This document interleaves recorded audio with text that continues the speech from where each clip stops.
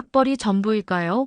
오늘 들려드릴 이야기는 한 가정에서 벌어진 충격적인 반전에 관한 것입니다. 명문대 출신 엘리트 사위와 고졸 기술자 사위. 한 집안에 완전히 다른 두 사람이 있었어요.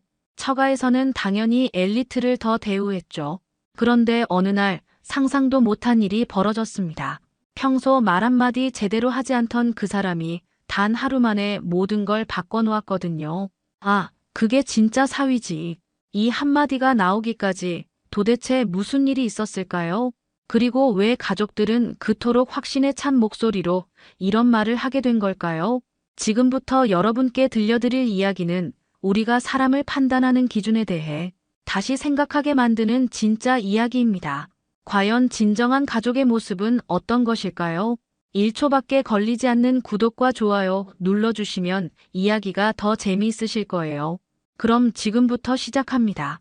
이정우는 아침 6시가 되기 전에 이미 눈을 떴습니다.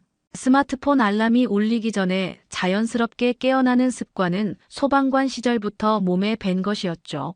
옆에서 잠든 아내 다혜의 얼굴을 살짝 바라본 후 조용히 침대에서 일어났어요. 세수를 마치고 거실로 나오니 어젯밤 장모님이 부탁하신 일이 떠올랐습니다. 처가 화장실 변기에서 물이 계속 새고 있다는 연락이었어요. 정우야, 미안한데 시간 날 때 한 번만 봐줄래? 장모님은 늘 이런 식으로 부탁하셨죠. 정우는 공구 가방을 챙기며 작은 웃음을 지었어요. 결혼한 지 벌써 7년, 이런 일들이 일상이 된 지도 꽤 오래였습니다. 처가에 도착하니 장모 한옥자 씨가 반갑게 맞아주셨어요. 어머, 정우야. 이렇게 일찍 와줘서 고마워. 아침도 안 먹었을 텐데. 정우는 고개를 끄덕이며 공구 가방을 내려놓았습니다. 괜찮습니다. 먼저 화장실부터 봐드릴게요. 화장실에 들어가 변기를 살펴보니 급수 밸브가 제대로 닫히지 않고 있었어요. 간단한 부품 교체만 하면 해결될 문제였습니다. 정우는 가방에서 스패너와 교체용 부품을 꺼내며 일을 시작했어요. 손놀림은 익숙했고 15분 만에 문제가 해결되었습니다. 정말 고마워, 정우야. 어떻게 이런 걸 다 아는 거야? 장모님의 칭찬에 정우는 겸손하게 대답했어요. 별거 아닙니다. 이런 건 기본이죠. 그런데 바로 그때 현관문이 열리는 소리가 났어요. 처형 지연과 동서 민혁이 들어오고 있었습니다. 장모님, 안녕하세요. 민혁의 목소리는 늘 자신감에 차 있었어요. 어머, 민혁아, 지연아, 잘 왔구나. 장모님의 표정이 한층 밝아졌습니다. 우리 똑똑한 사위가 왔네. 민혁이는 정말 머리가 좋아서 뭘 해도 척척이야. 정우는 묵묵히 공구를 정리하며 그 대화를 들었어요. 민혁은 외국계 대기업 부장 출신이었고 명문대를 나온 엘리트였습니다. 장모님이 민혁을 자랑할 때마다 정우는 특별한 감정 없이 그저 듣기만 했어요. 정우 동서는 뭐하고 계셨어요? 민혁이 물었습니다. 화장실 고장 난 거 고쳤어요. 정우의 대답은 간단했죠. 아, 그런 거면 수리업체 부르시지. 괜히 번거롭게. 민혁의 말에 정우는 아무 대답도 하지 않았어요. 장모님이 웃으며 말했습니다. 정우가 해주면 돈도 안 들고 좋잖아. 그래도 고마운 줄 알아야지. 하지만 정우는 그런 고마움보다도 가족이니까 당연한 일이라고 생각했어요. 사람은 학벌이나 말보다는 행동이 더 중요하다고 믿었거든요. 정우는 공구 가방을 어깨에 메고 일어났습니다. 그럼 저는 가볼게요. 회사에 일이 있어서요. 장모님이 손을 잡으며 말했어요. 고생 많았어, 정우야. 다음에 또 부탁할게. 집으로 돌아가는 길에 정우는 생각했어요. 칭찬받으려고 하는 일이 아니었습니다. 그저 가족이니까 도움이 필요하니까 하는 일이었죠. 그것만으로도 충분했어요. 민혁이 집에 돌아온 건 오후 3시였습니다. 지연은 거실에서 텔레비전을 보고 있다가 남편의 모습을 보고 깜짝 놀랐어요. 여보, 벌써 왔어? 오늘 회의 없었나? 아, 그게 민혁은 잠시 말을 망설이더니 소파에 털썩 주저앉았습니다. 오늘 일찍 끝났어. 요즘 업무가 좀 한가해졌거든. 지연은 남편의 표정이 평소와 다르다는 걸 느꼈어요. 뭔가 초조해 보였고 눈빛도 불안해 보였습니다. 하지만 직접 묻기는 어려웠죠. 민혁은 원래 자존심이 세고 자신의 약한 모습을 보이는 걸 극도로 싫어하는 사람이었거든요. 그래도 좋네. 요즘 너무 바빠서 얼굴 보기도 힘들었는데. 지연이 웃으며 말했지만 마음 한구석은 불안했어요. 남편이 요즘 들어 자주 일찍 들어오고 있었거든요. 그것도 술 냄새를 풍기면서요. 민혁은 냉장고에서 맥주를 꺼내 따서 마셨습니다. 오후 3시에 마시는 술이었지만 지연은 아무 말도 하지 않았어요. 여보, 혹시 회사에 무슨 일 있는 거 아니야? 무슨 일이 있겠어. 그냥 프로젝트가 좀 정리되는 시기라서 그래. 민혁의 대답은 어딘가 어색했습니다. 오히려 좋은 기회야. 더 좋은 곳으로 이직할 준비를 할 수 있잖아. 지연은 남편의 말을 믿고 싶었어요. 민혁은 명문대를 나온 엘리트였고 외국계 대기업에서 부장까지 올라간 능력 있는 사람이었으니까요. 설마 그런 사람에게 무슨 문제가 있을 리는 없다고 생각했습니다. 하지만 사실 민혁은 이미 2달 전에 회사에서 나왔어요. 명예퇴직이라는 포장을 했지만 실제로는 사실상 해고나 다름없었습니다. 직장 내에서 후배들에게 갑질을 일삼았고 더 심각한 건 회사 돈을 개인적으로 사용한 혐의까지 있었거든요. 회사 측에서는 조용히 처리하겠다고 했지만 민혁의 자존심은 바닥까지 떨어져 있었어요. 그동안 자신이 얼마나 잘났는지, 얼마나 뛰어난 사람인지 자랑하며 살아왔는데 하루아침에 모든 게 무너져버린 기분이었습니다.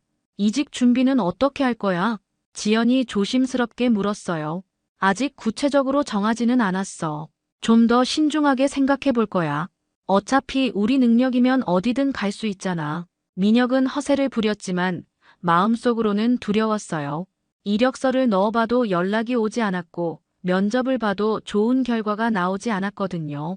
나이도 나이고 전 직장에서의 일이 소문으로 퍼져 있을 가능성도 있었습니다. 그래도 걱정 마. 당신 실력이면 금방 좋은 곳 찾을 거야. 지연은 남편을 격려했지만 속으로는 점점 불안해지고 있었어요. 민혁이 술을 마시는 횟수도 늘어났고 집에서 보내는 시간도 많아졌거든요. 민혁은 또 다른 맥주를 따서 마시며 생각했습니다. 당분간은 이직 준비 중이라고 둘러대면 될 거라고요. 특히 처가 식구들 앞에서는 절대 진실을 말할 수 없었어요. 그동안 얼마나 자신을 자랑했는데 이제 와서 무직이라고 말할 수는 없었습니다. 추석이 다가왔고 처가에서는 온 가족이 모이는 큰 저녁 식사가 준비되고 있었습니다. 정우는 아침부터 장인어른과 함께 집안 마당 정리를 도왔어요.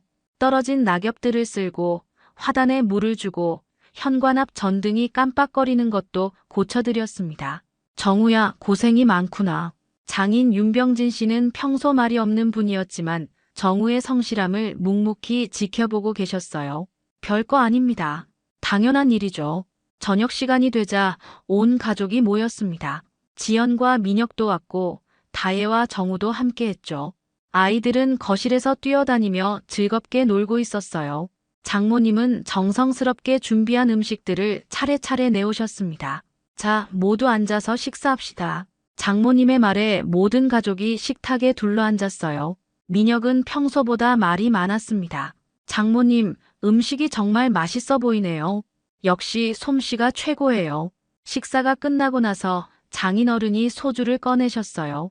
오늘 같은 날에는 한잔 해야지. 남자들은 거실로 자리를 옮겨서 술잔을 기울이기 시작했습니다. 민혁은 이미 2잔째를 비우고 있었어요.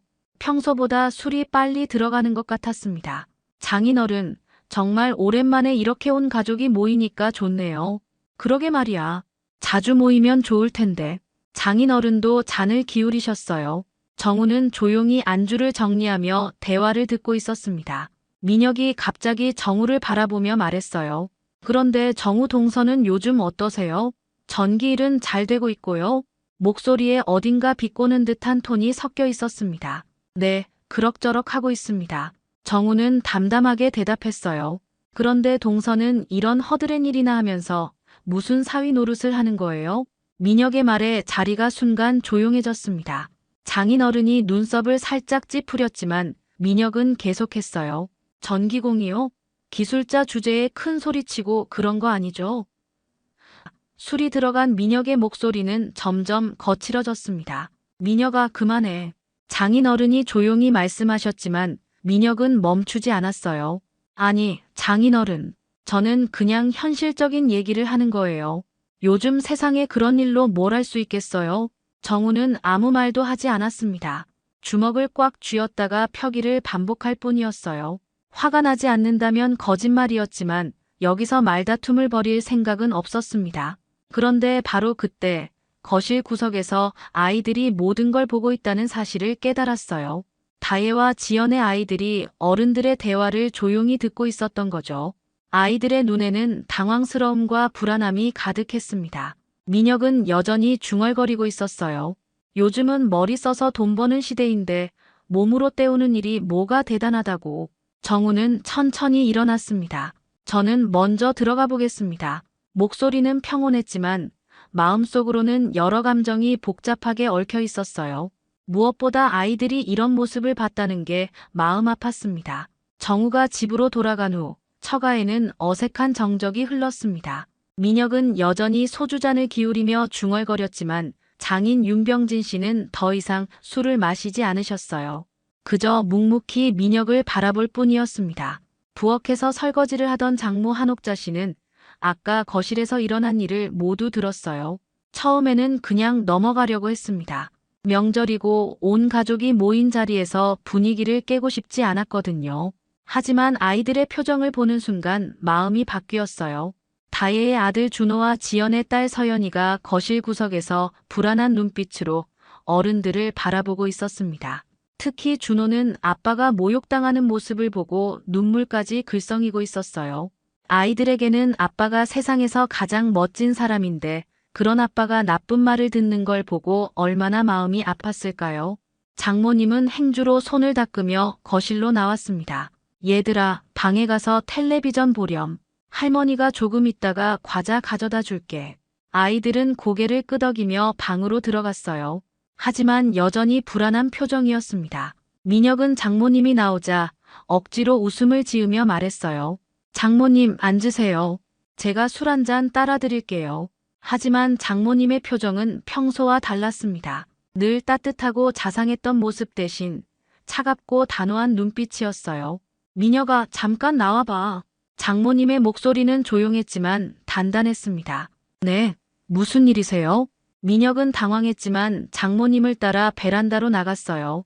베란다 문을 닫은 장모님은 민혁을 똑바로 바라봤습니다. 민혁아, 자네 오늘 뭘 한 거야? 목소리에는 분노가 가득했어요. 장모님, 무슨 말씀이신지. 아이들 앞에서 사람을 그렇게 깎아내리는 게 어디 있어? 장모님의 목소리가 떨렸습니다. 자네가 아무리 잘났다고 해도 어디서 감히 우리 아이들 앞에서 그런 말을 하는 거야? 민혁은 술이 깨는 듯한 느낌이었어요. 장모님, 저는 그냥이 어디 있어? 준호가 아빠 흉보는 소리 듣고 얼마나 마음 아팠는지 봤어. 장모님의 눈에는 눈물이 맺혀 있었습니다. 정우가 지금까지 우리 집안을 위해 뭘 했는지 자네는 모르나? 비 오는 날 지붕 고치고 전기 나가면 밤중에라도 달려오고 명절 때마다 굳은 일 도맡아서 하고. 장모님의 목소리는 점점 커졌어요. 그런 사람한테 기술자 주제라니, 허드렛 일이라니. 장모님은 고개를 저으며 말했습니다. 내 딸과 손주들 눈에서 부끄러운 사람은 바로 자네야, 민혁아. 민혁은 할 말을 잃었어요. 장모님이 이렇게 화내는 모습을 본 건 처음이었거든요. 장모님, 자네 요즘 회사 일이 안 좋다는 거 다 알고 있어. 그렇다고 해서 다른 사람을 깎아내려도 되는 거야? 장모님의 말에 민혁은 깜짝 놀랐어요. 자신이 무직이라는 걸 알고 있다는 뜻이었거든요. 어떻게 지연이가 며칠 전에 다 얘기했어. 걱정이 되어서 말이야. 자네가 힘들다는 건 이해해. 하지만 그렇다고 해서 가족을 모독해도 되는 건 아니야. 장모님은 깊은 한숨을 쉬었습니다. 특히 아이들 앞에서는 절대 안 돼. 민혁은 고개를 숙였어요. 술이 완전히 깬 지금 자신이 얼마나 잘못했는지 깨달았습니다. 죄송합니다, 장모님. 나한테 사과할 일이 아니야. 정우한테, 그리고 무엇보다 아이들한테 사과해야 할 일이지. 다음 날 새벽 하늘에서는 굵은 빗방울이 떨어지기 시작했습니다. 일기예보에서는 소나기라고 했지만 시간이 지날수록 비는 더욱 거세졌어요. 정우는 회사에서 오전 업무를 마치고 집으로 돌아가는 길이었는데 비가 워낙 많이 와서 차를 천천히 몰고 있었습니다. 오후 2시쯤 정우의 휴대폰이 울렸어요. 다혜의 목소리는 다급했습니다. 여보, 큰일 났어. 엄마가 방금 전화하셨는데 집 근처 지하주택에 물이 차고 있대. 사람들이 못 나오고 있다는 거야. 정우는 즉시 차를 돌렸습니다. 알겠어. 바로 갈게. 전화를 끊고 나서 트럭에 실어둔 구조 장비들을 확인했어요. 소방관 시절부터 항상 비상용 도구들을 준비해두는 습관이 있었거든요. 로프, 전기 차단 장비, 손전등, 그리고 간단한 의료용품까지 모든 게 트럭에 있었습니다. 처가 근처에 도착하니 상황은 생각보다 심각했어요. 낮은 지대에 있는 지하주택 단지의 빗물이 급속도로 차오르고 있었습니다. 이미 무릎까지 물이 찼고 전기가 합선될 위험도 있었어요. 몇몇 주민들이 밖에 나와서 우왕좌왕하고 있었습니다. 아직 안에 사람이 있어요. 한 아주머니가 소리쳤습니다. 할머니 한 분이랑 아이가 못 나오고 있어요. 정우는 즉시 트럭에서 장비를 꺼냈어요. 방수복을 입고 로프를 몸에 묶은 후 전기 차단기를 들고 물속으로 들어갔습니다. 지하주택 입구는 이미 물이 가슴까지 차오른 상태였어요. 정우는 먼저 전기 차단기로 해당 구역의 전기를 완전히 차단했습니다. 감전 사고를 방지하는 게 가장 중요했거든요. 그 다음 손전등을 켜고 조심스럽게 안으로 들어갔어요. 여기 누구 계세요? 정우가 큰 소리로 외쳤습니다. 여기요. 도와주세요. 멀리서 할머니의 목소리가 들렸어요. 정우는 목소리가 나는 방향으로 천천히 이동했습니다. 물이 허리까지 차서 걷기가 쉽지 않았지만 소방관 시절의 경험이 도움이 되었어요. 할머니와 손자로 보이는 아이, 그리고 옆집 아주머니까지 총 3명이 침대 위로 대피해 있었습니다. 괜찮습니다. 제가 모시고 나갈게요. 정우는 먼저 아이를 등에 업고 할머니와 아주머니는 로프를 잡고 따라오도록 했어요. 물살이 생각보다 새서 나오는 길이 쉽지 않았습니다. 정우는 한 걸음씩 신중하게 움직이며 세 사람을 안전하게 밖으로 모셨어요. 밖에서 기다리던 사람들이 박수를 치며 환호했습니다. 정말 고맙습니다. 할머니가 정우의 손을 꼭 잡으며 눈물을 흘렸어요. 아니, 이분이 누구세요? 옆에 있던 사람이 물었습니다. 우리 사위야. 바로 그때 뒤에서 낮고 굵은 목소리가 들렸어요. 그게 진짜 사위지. 돌아보니 장인 윤병진 씨가 서 계셨습니다. 빗속에서도 꼿꼿한 자세로 서서 정우를 바라보고 계셨어요. 평소 말씀이 거의 없으신 분이 처음으로 정우에게 건넨 말이었습니다. 정우는 가슴이 뭉클했어요. 칭찬을 받으려고 한 일은 아니었지만 장인 어른의 그 짧은 말 한마디가 어떤 상장보다도 값졌습니다. 이틀 후 정우의 구조활동은 지역신문에 실렸습니다. 무명의 전기공, 폭우 속 생명구조라는 제목으로 작은 기사였지만 할머니와 아이를 구조하는 정우의 모습이 사진과 함께 실려 있었어요. 기사에는 정우의 이름 대신 이모 씨라고만 나와 있었지만 처가 식구들은 모두 알 수 있었습니다. 다혜가 신문을 보고 눈물을 글썽였어요. 여보, 당신 정말 대단해. 이렇게 기사까지 나다니. 정우는 쑥스러워하며 고개를 저었습니다.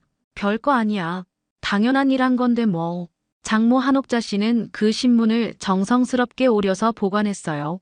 평소 신문을 꼼꼼히 읽는 습관이 있으셨는데 이날은 더욱 자세히 기사를 읽어보셨습니다. 생명을 구하는 일이 어디 쉬운 일이겠어. 정말 자랑스럽구나. 그날 오후 지연과 민혁이 처가를 방문했어요. 지연은 평소보다 표정이 어두워 보였습니다. 민혁의 무직 상태가 길어지면서 집안 분위기도 좋지 않았거든요. 민혁은 여전히 구직 활동을 제대로 하지 않고 있었고 대신 술만 늘어가고 있었어요. 장모님, 안녕하세요. 민혁이 인사를 했지만 목소리에는 평소의 자신감이 없었습니다. 장모님은 조용히 차를 내오셨어요. 민혁아, 앉아. 차나 한잔해. 장모님은 가방에서 신문 오려낸 것을 꺼내셨습니다. 그리고 아무 말 없이 민혁 앞에 조용히 놓으셨어요. 민혁은 기사를 읽기 시작했는데 처음에는 별 관심 없는 표정이었지만 점점 얼굴이 굳어졌습니다. 이게, 민혁은 사진 속 정우의 모습을 보며 말문이 막혔어요. 폭우 속에서 사람을 구조하는 모습, 그리고 구조된 할머니가 고마워하는 장면까지 모든 게 생생하게 담겨 있었습니다. 장모님은 찻잔을 들고 천천히 말씀하셨어요. 민혁아, 자네가 그렇게 자랑하던 학벌로 구한 생명이 있나? 목소리는 조용했지만 그 안에 담긴 의미는 무겁고 깊었습니다. 민혁은 아무 대답도 할 수 없었어요. 며칠 전 자신이 정우에게 했던 말들이 떠올랐습니다. 기술자 주제에 허드렛 일이나 하면서 같은 말들이 부메랑처럼 돌아온 느낌이었어요. 장모님, 민혁의 목소리가 떨렸습니다. 마음 한구석에서 뭔가 울컥하는 감정이 올라왔어요. 자신이 그동안 얼마나 잘못 생각하고 있었는지, 얼마나 교만했는지 깨달았거든요. 하지만 민혁은 그 감정을 억눌렀습니다. 아직도 자존심이 허락하지 않았어요. 뭐, 좋은 일 하신 것 같네요. 정우 동서도 나름 능력이 있으신 것 같고, 겉으로는 여전히 무관심한 척했지만 속으로는 부끄러움과 질투가 뒤섞여 있었습니다. 장모님은 고개를 저으며 한숨을 쉬셨어요. 아직도 모르겠구나. 민혁의 완고함이 안타까웠지만 더 이상 말씀하지는 않으셨어요. 사람은 스스로 깨달아야 진짜 변할 수 있다는 걸 아셨거든요. 지연은 옆에서 조용히 기사를 읽고 있었어요.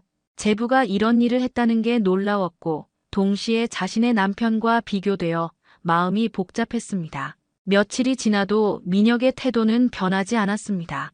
여전히 집에서 술만 마시며 시간을 보냈고 구직 활동도 제대로 하지 않았어요. 지연은 남편의 모습을 보며 점점 지쳐갔습니다. 결혼 초기에 자상하고 능력 있던 남편의 모습은 어디로 갔는지 모르게 되었죠. 장모 한옥자 씨는 딸의 표정을 유심히 관찰하고 계셨습니다. 지연이 올 때마다 얼굴이 어두워지고 있었고 웃음도 많이 줄어들었거든요. 특히 서연이까지 아빠와 엄마의 다툼 때문에 위축되어 보이는 게 마음이 아팠습니다. 지연아, 엄마랑 잠깐 얘기 좀 하자. 장모님이 딸을 불러냈어요. 민혁은 거실에서 텔레비전을 보고 있었고 서연이는 방에서 숙제를 하고 있었습니다. 부엌으로 간 모녀는 마주 앉았어요. 요즘 많이 힘들지? 장모님의 목소리는 걱정으로 가득했습니다.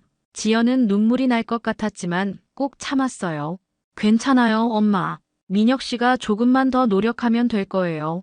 지연아. 장모님은 딸의 손을 잡으며 말했어요. 엄마가 보기에는 민혁이가 변할 생각이 없어 보여. 오히려 더 나빠지고 있잖아. 지연은 고개를 숙였습니다. 어머니 말이 맞다는 걸 알고 있었거든요. 그 사람이 지금까지 서연이 앞에서 뭘 보여줬어. 술 마시고 화내고 남 탓만 하고. 장모님의 목소리가 단단해졌어요. 아이가 그런 아빠를 보면서 뭘 배우겠어. 지연은 눈물을 훔쳤습니다. 그래도 서연이 아빠인데요. 어떻게 이혼을 생각해요?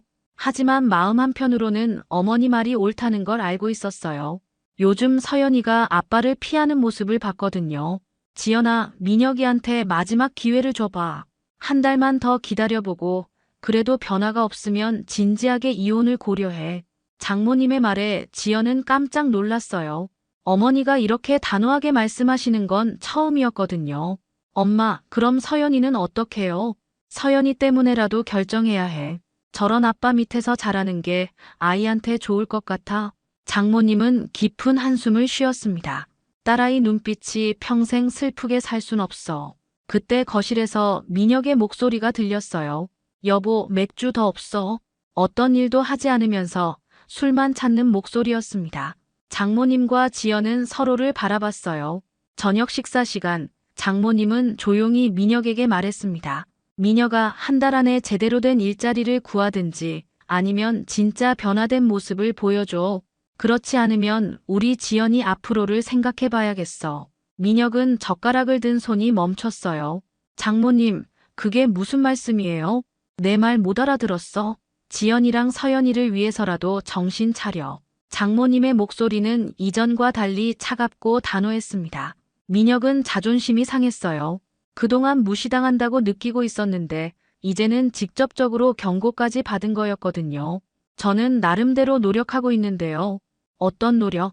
하루 종일 집에서 술 마시는 게 노력이야? 결국 민혁은 자리에서 일어났습니다. 더 이상은 못 참겠네요. 저는 이 집을 나가겠습니다. 말을 마치고 방으로 들어가서 짐을 싸기 시작했어요. 지연이 따라가며 말렸지만 민혁의 마음은 이미 정해진 것 같았습니다. 민혁이 집을 나간 지 석 달이 지났습니다. 처음에는 모든 게 어수선했지만 시간이 흐르면서 처가 분위기는 오히려 평온해졌어요. 지연은 이혼 절차를 밟고 있었고 서연이도 아빠가 없는 생활에 조금씩 적응해가고 있었습니다. 정우는 여전히 묵묵히 처가일을 도왔어요. 지연이 혼자서 아이를 키우느라 힘들어할 때면 서연이를 돌봐주기도 했고 장인어른이 몸이 아프실 때는 병원까지 모셔다 드렸습니다. 전기나 배관 고장은 물론이고 이제는 집안의 크고 작은 모든 일에 정우가 있었어요. 5월 중순 정우의 42번째 생일이 다가왔습니다. 다혜가 케이크를 준비하겠다고 했지만 정우는 그냥 조용히 넘어가려고 했어요. 별거 아닌 날인데 뭘 그렇게까지. 하지만 다혜는 이미 처가에 연락을 해둔 상태였습니다. 생일 당일 오전 정우는 평소처럼 일을 나갔어요. 전기 설비 점검이 있어서 하루 종일 바쁠 예정이었습니다. 저녁에 집에 돌아오니 다혜가 환한 웃음으로 맞아주었어요. 생일 축하해, 여보. 고마워. 정우가 웃으며 대답하려는데 현관벨이 울렸습니다. 문을 열어보니 장모 한옥자 씨가 서 계셨어요. 손에는 커다란 냄비를 들고 계셨습니다. 정우야, 생일 축하한다. 장모님, 이렇게까지 하실 필요 없는데요. 정우는 냄비를 받으며 말했어요. 미역국 끓여왔어. 생일에는 미역국을 먹어야지. 장모님의 목소리는 따뜻했습니다. 식탁에 앉아서 미역국을 떠먹는데 정말 맛있었어요. 정우의 어머니가 돌아가신 지 벌써 10년이 넘었는데 오랜만에 어머니 손맛 같은 걸 느꼈습니다. 정말 맛있어요, 장모님. 장모님은 정우를 바라보며 조용히 말씀하셨어요. 정우야, 이제 사위 아니라 아들이라 생각해도 되겠니? 갑작스러운 말에 정우는 숟가락을 든 손이 멈췄습니다. 장모님, 정우의 목소리가 떨렸어요. 그동안 쌓였던 감정들이 한꺼번에 올라왔습니다. 처음 결혼할 때부터 지금까지 늘 조용히 가족을 위해 일해왔는데 이런 말을 들을 줄은 몰랐거든요. 그동안 고생 많았어. 말없이 우리 가족 뒤에서 버팀목이 되어줘서. 장모님의 눈에도 눈물이 맺혔습니다. 민혁이 일로 정신없을 때도 너는 늘 한결같았지. 정우는 처음으로 눈시울이 붉어지는 걸 느꼈어요. 평생 울지 않던 사람이 이런 말 한마디에 이렇게 마음이 뭉클해질 줄 몰랐습니다. 장모님, 전 그날부터 이미 가족이었다고 생각했어요. 어느 날 장모님이 물으셨어요. 처음 다혜랑 결혼하기로 했을 때요.